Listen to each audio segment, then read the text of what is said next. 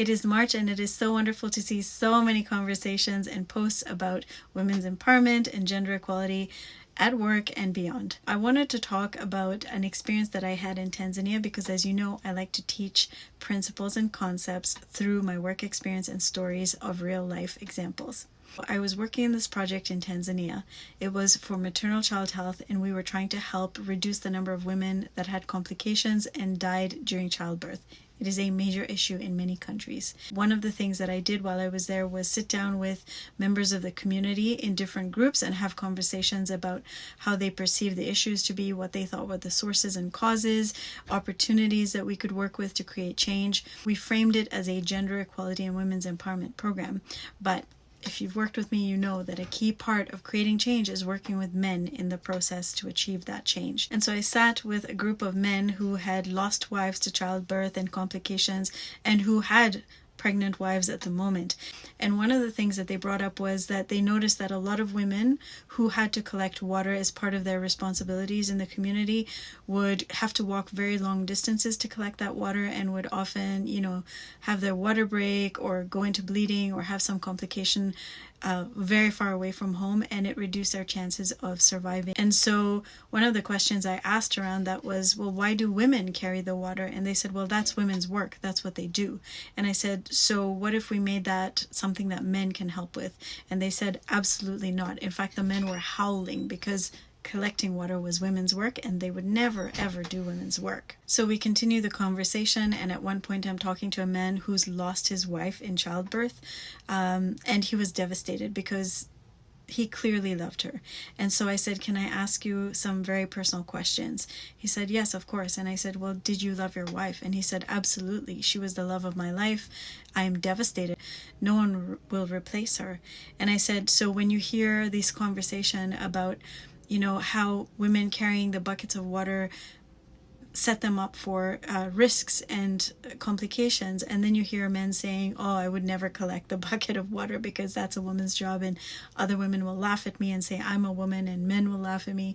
I said, what goes through your head? And he said, going back, if I could have taken the bucket of water off her head and it would have saved her life and my baby's life, I would have done it. Who cares if anyone laughs at me? Doesn't matter. I said, wait a minute. Did I hear you correctly?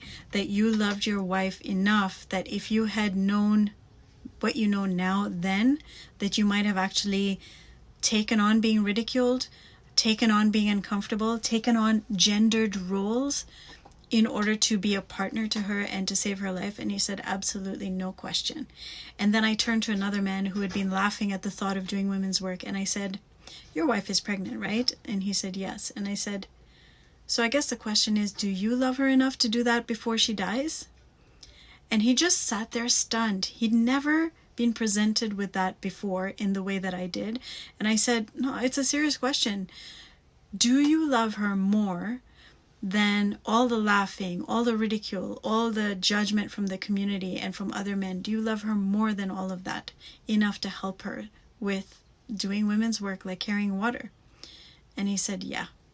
And that day I felt a palpable shift amongst the men in that community, understanding that they had a role, an active role to play in changing the dynamics, changing what they were considering as women's work and men's work, and reframing equality not as a Western concept, but as a true partnership between two people who are trying to raise a family together. And I could tell that there was already a mindset shift that was going to ripple out into the community as a result of that one conversation. Why do I share this story, and what does it have to do with you?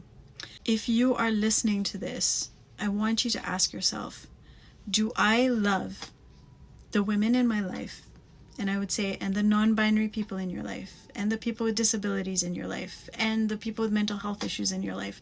Do you love them enough to challenge stereotypes, to risk being ridiculed, to do work that might be women's work or considered non-traditional?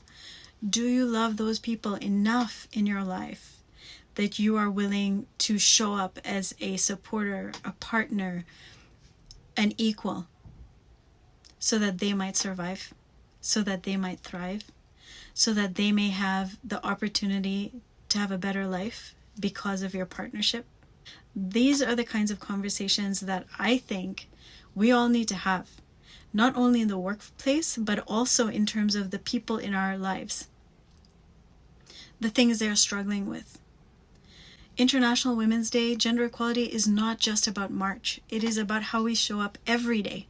It is about how we challenge ourselves out of our comfort zones to be better human beings, to be better partners, to be better mothers and fathers, to be better guardians and leaders. It truly does begin with us, not with a policy, but with us and how we show up for people in our lives. If you would like to have authentic, grounding, real conversations about these kinds of issues in your team, in your organization, in your community, please reach out to me.